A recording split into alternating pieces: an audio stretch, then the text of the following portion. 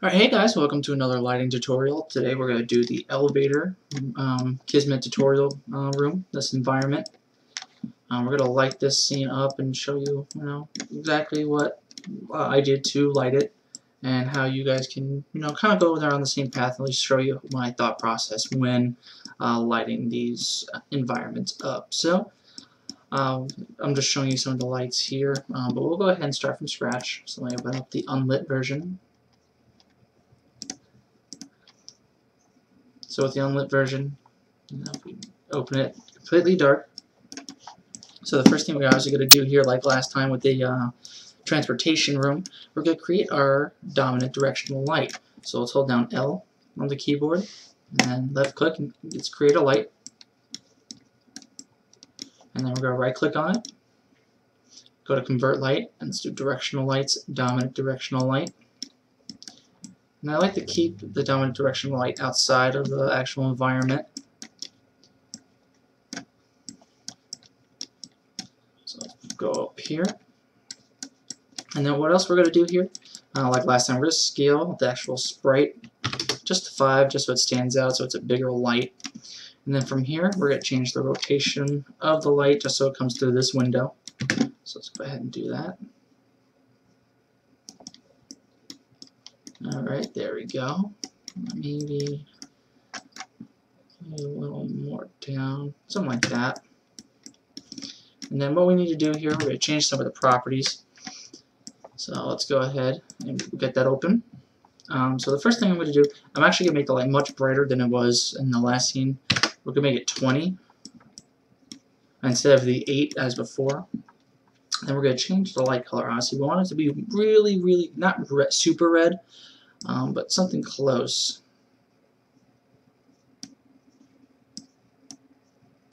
Something along that line. Some color along that, maybe a little darker. Just so it gives us a nice red, it's like a red color there. Just to give us that kind of like low afternoon, like, I don't know. It's not really natural lighting. But I like to change it up a little bit like that, just to make it a little red. But we'll actually make that a little lighter. Something like that. There we go. And then what we're going to do, kind of like we did last time, we're going to go ahead and add the light shafts and everything like that. So let's scroll down. Under light component, here we go, light shafts. So obviously it's just a toggle. Let's turn on light shafts. There's our light. Let me actually rotate this way, something like that. There we go. Actually, no. Something like that. There we go. And the balloon tint is going to be something relatively orange looking. Something like that. That looks pretty good. And then the bloom scale, actually change that to 1, make it less bloomy. And then the occlusion mask, we'll make that 0.8. That just really lowers the intensity of the light shaft overall. And that's really about it. I also make the trace distance a little bigger. Doesn't really make too much of a difference though. But that's all we really need to do for the main light, the main source of sunlight for this environment. So let's go ahead and we're going to build lighting real quick just to see where this gets us. So we're going to do that really fast. So basically my pattern really for lighting these kind of environments, you have your main dominant directional light, and then you add just filler lights just to simulate light bouncing and everything like that. This level also has a light mass importance volume, like I showed in the first video with the teleportation environment. There is a light mass importance volume. That's what makes the light bounces work. You can change the environment color there. You can do all that. I'll show you those as soon as this lighting build's done, and then we'll move forward from there. So right now, it's going to take a little bit just because of the amount of static meshes. There are a lot, but once it's done, we'll be able to move forward again. And all the assets that you see in this level, these are made by some of the guys that worked on The Afflicted, an indie project that I worked on that never got really released. But there, I did show some play, some I guess demos of it when me playing it. But past that, there isn't much. But maybe I'll do another play of that game I feel like playing it actually. Maybe I'll just do another video of me playing it. Who knows? Just out of boredom. And just depending how good your computer is as well, that's how fast light will be built with light mass. I have a pretty good computer here. I don't know if you guys can hear it, but it's kind of screaming right now. But that's just because of the amount of static meshes, so it should be just done in another minute or two. So let's see here. And those new to UDK, I'm wondering if you guys want me to make a tutorial series where I do basic level stuff too, because I know a lot of my Kismet videos are more advanced topics, and you need to know a lot about Kismet before you even go in. So if any of you guys are interested in me going over UDK as a whole, kind of starting off at a beginner level, definitely say so in the comments. I'll definitely take that into consideration, try to make some tutorial videos that are more set for beginners instead of just more advanced topics like Kismet. I need to take time to learn Cascade a little bit as well, the particle system there. I want to do a tutorial on that sooner or later. But just to show you guys what I'm working on next, for the Kismet tutorial, I'm going to work on a proximity mine. A couple of my housemates have been playing Phantasy Star Online. For those who don't know, that's a game, I think it came out on Dreamcast first, but they're playing it on GameCube. They actually have proximity mines in that game, and I thought they were kind of cool how they work, so I'm actually working on that next. It should be done. I should have a tutorial ready for you tomorrow. If not, today is Monday. If not Wednesday, then. Because Wednesdays are my Mondays for work, but never mind that. So we're at 33%, so it's just going to take a little bit more time. Let's just watch these numbers go up. If you want to fast forward for like the next minute, feel free. I'm just going to sit here and stare at it at this point. We'll see when it gets done. Because next after this, we're just going to start, each time we add a light, we're not going to rebuild lighting. We're going to add all the point lights that we need. And then we're going to build one last time. And just see where it is from there. So, we'll just see after this lighting build. The base keeps running. Hey, and since we're waiting, what's your favorite band? What's your favorite music type? I've been listening to 90s music. 90s music's so good. But yeah, when 90s music was out, I was just a kid. I was born in 1991. So during the 90s, I was just majority of the time I was pooping my pants. But going back and listening to that music is really good. I definitely recommend it for those who were born in the early 90s. Let's see here. Well, I also got to make updates to my portfolio too with all these videos, so definitely do that as well. And maybe I gotta start working more on the physics gun environment too. I might do one of those streaming videos tomorrow as well. I just got a lot going on my plate here. I'm just trying to figure out what needs to be done first. Let's see.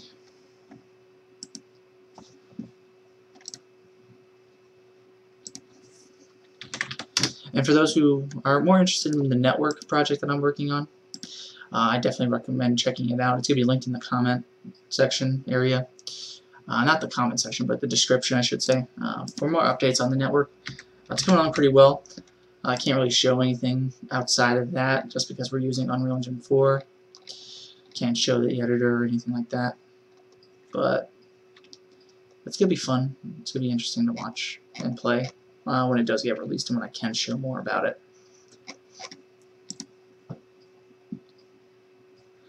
Alright, and we're done. So let's see where this brought us. Almost there. Bring it around town. There we go. So right now you see a little bit of bouncing happening, not much. So what we're going to do now, we're going to add some fill lights here. Just before we do that, let me show you the world properties here. When we go down to light mass, number of direct lighting, bounce is 3. We're going to go ahead and change the environment color just to an orangey color there, maybe darker. Diffuse boost, ambient occlusion, all that's more advanced topics with lighting. I'll go over those in future videos, but ambient occlusion is just self-shadowing, I believe, in just an object. You can actually create an ambient occlusion mask texture map that already has shadows in it. just so pre-baked shadows, just so it looks more realistic. You don't have to waste time with lighting to create those kind of shadows. But other than that, let's start lighting some of this area here. So we see we have lights over here, so we're just going to create a point light. It's only got to be 512 in radius. We're going to make it a strong shadow fall off, just because these lights aren't too intense. Brightness we're going to keep at 1, and we're going to make these a little bit yellow. Yeah, something like that works, just because there's not a lot of lights going on here anyway. We might change the brightness, make it 0.75, but past that we're good. So now we're going to start simulating the light bounces. So let's go ahead, create another light here. It's going to be another point light. We're going to make this light about 1536 in radius. Brightness, we're going to cut that down to 0.5 just to make it a fill light. And then with light color, this is where it's most important. We're going to make it a similar color here as the environment. Something along that line. So now it looks like light has been bouncing around here. And then we're going to create another fill light a little deeper in. So around here. So L and left click. Now with this light in particular, it's going to have another radius. It's going to be 1024 instead of 1536, but in its properties, we're going to make it a darker red. Something like that. Maybe a little down like that. But instead of it being 1, I'm going to make it 0.3, just so it's a more subtle light. And we're just going to move it back just a tad bit like that. Next thing we're going to do, the next light that really is emphasized here is this blue light from the elevator side. So let's go over there. So let's do another point light. Hold down L. Now with this light in particular, we're going to keep its radius at 1024 as well. We're going to move it just a tad forward like that. Now this light is going to be relatively bright, so let's hit F4, get its properties up. We're going to make it 3 for brightness. Now obviously the color is going to be the bluish color that we see that it's emitting. So something like that should do it. There we go. And then in the actual environment, I also like these elevator buttons just so you see them. So we'll do those buttons as well. They're really going to be really, really small lights. Oops. So hold down L, make another point light. The radius is only going to be 64 units. That's going to be a really, really tight light there. I also changed the scale of the lights here to 0.5 just to kind of match the size of the light being displayed. The brightness we're going to do 2 just so it's emphasized there a bit. And then the fall off component here, I'm going to change that to 1 just so it's a little brighter there for us. We're just going to hold Alt and Shift, left click, drag all these up here. Let's just get this positioned correctly here. And then one more for the top.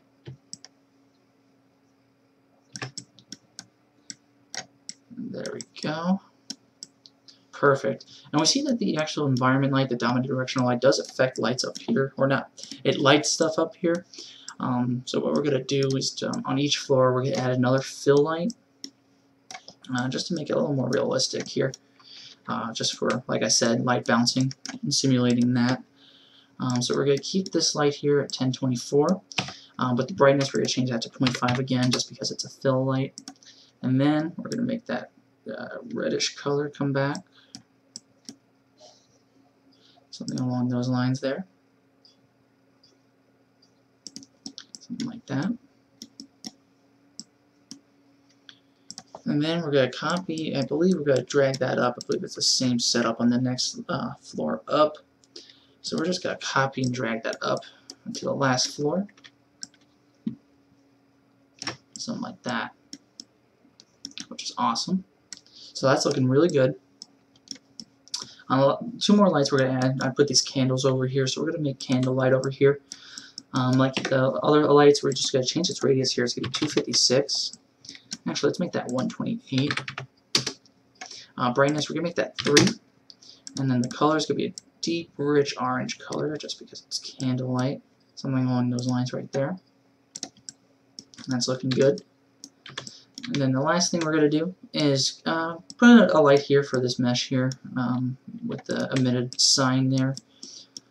So for this light, we're going to make the radius, I believe it's going to be 512 here.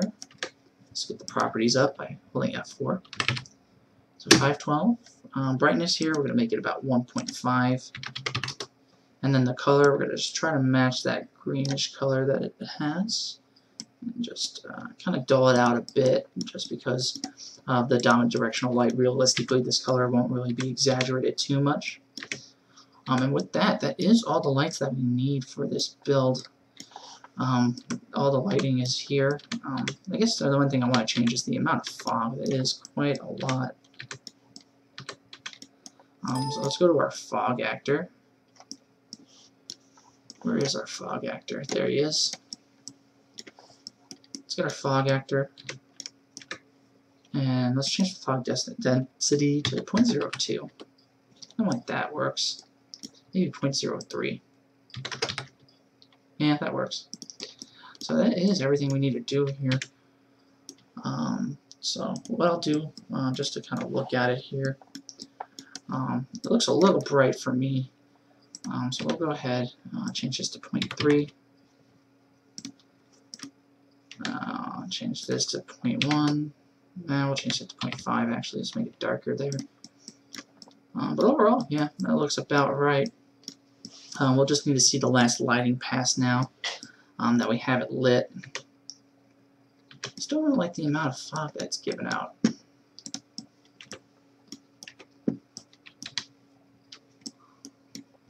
Let's try 0.01, 0.015. That looks good. Alright, so that's it for the lighting here. We're just going to build this one last time, but before we do that, here's that light mass again, the light mass importance volume. It's encompassing the entire level here, and that allows us to simulate light bouncing and everything like that. So let's go ahead and build this one last time here. It's going to take another few minutes, so if you want to go ahead and skip ahead this video just to see the result, that's cool. Totally understand. So it's going to take about 5 minutes. So, and I'm just going to let it build. I don't really have the programs for video editing just to skip forward, so we're just going to have to watch this. So while we wait, you know, if you definitely like the formatting of these videos, if I show you how I like these environments, tell me, put them in the comments. I'll keep doing them. I'll keep doing it for actually each environment that I've done, everyone that I think has really good lighting that I think I did a good job on. From there, I'll probably do videos on how to, you know, how each kind of light works, like how a point light works, how a spotlight works, and a dominant directional light works. There's also skylights. Skylights you don't really use too often, just because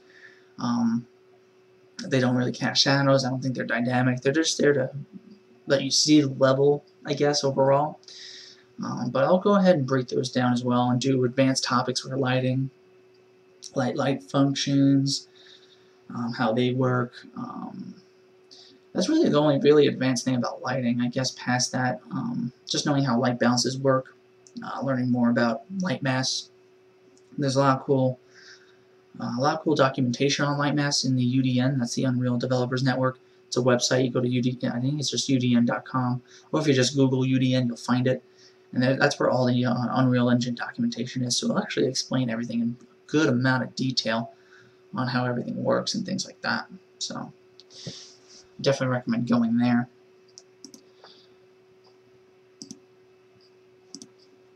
And if you want a bunch of everything, I link in my in the description, my portfolio. Definitely visit my portfolio. Definitely share it with you, with anyone you see. Has all the stuff I've been working on in there. A lot of cool stuff. And if you're interested in all my other projects, they're going to be linked in the description as well. So definitely give that a try, or give that a look-see. But past that, you know, like I say in all my videos, if there's any advanced topics or anything you want me to do in particular, Like some people, I do take suggestions, and I do make videos based on those suggestions. Someone wanted me to make the torchlight video, so I went ahead and did that. It was a cool learning experience for me.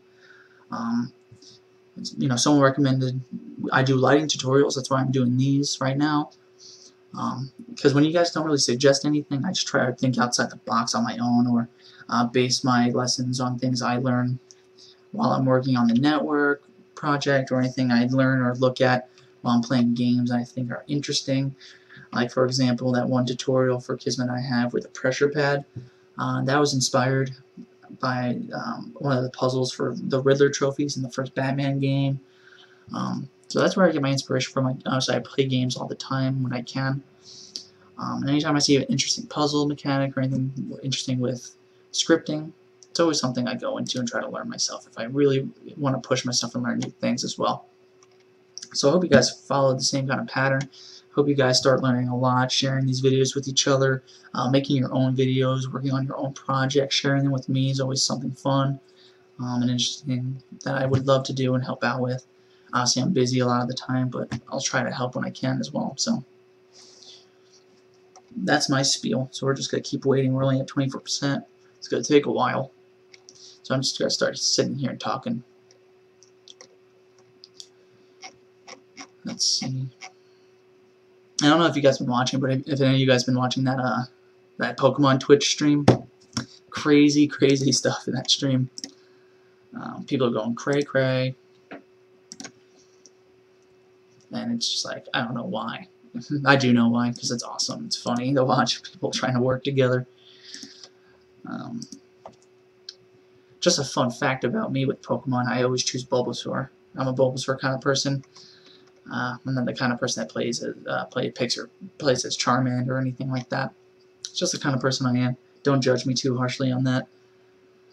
But, it's a fun random fact. So, tell me who you pick in the original Pokemon, like Red, Blue, and Yellow. Who's your starter? And hopefully there's more Bulbasaurs than anybody else, because Bulbasaurs are dope. Bulbasaurs are beasts. He's a beast. Alright, now we're at 35%. Oh boy.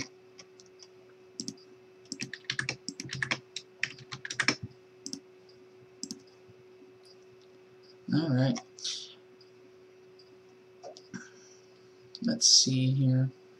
Almost at 40%. Like I said before, if you skip ahead in the video, that's totally cool just to see the end result. Now, it should be another few minutes, so I'm just going to start dancing. Or just sitting here. Don't know what else to really talk about.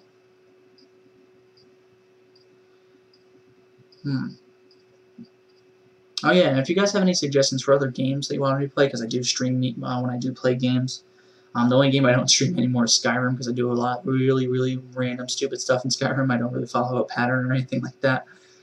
But the next game I'm going to start playing once I beat Bioshock, and as soon as I beat Dead Island and everything like that, I'm going to start playing Batman Arkham Origins.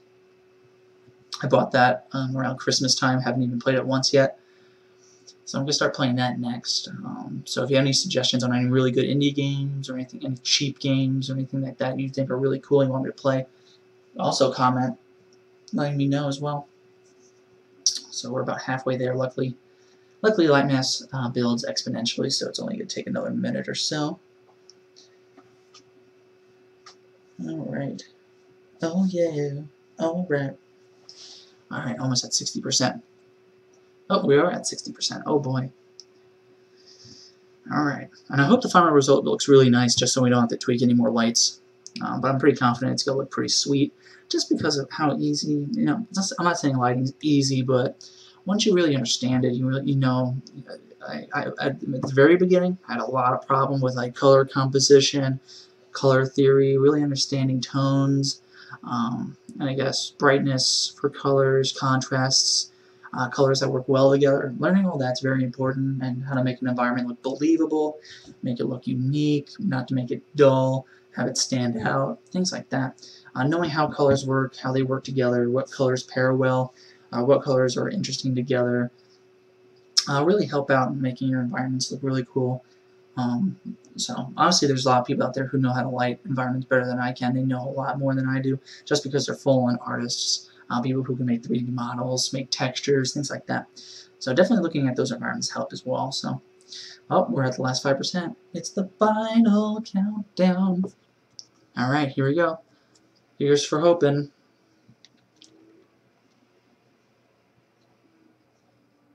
And there we go. Let's see. And there we go. That looks pretty sweet. So here's that light right here.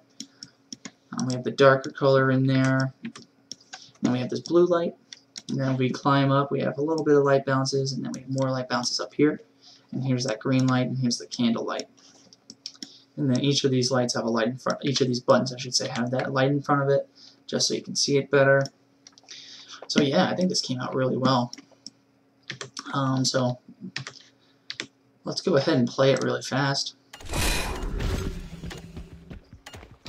And it still has all the Kismet scripting in it as well. So we had these crates going along.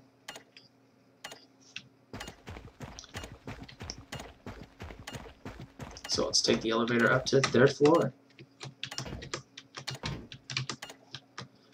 Here we go. Oh, that's my song.